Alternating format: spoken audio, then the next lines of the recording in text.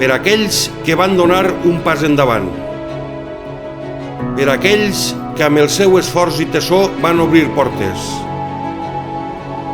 per aquells que amb la paraula van arribar on volien. La nostra Carta Pobla marca l'inici d'un desig que es va complir ara fa ja 100 anys. 100 anys en els que hem evolucionat amb treball, sacrifici i entrega pel nostre poble.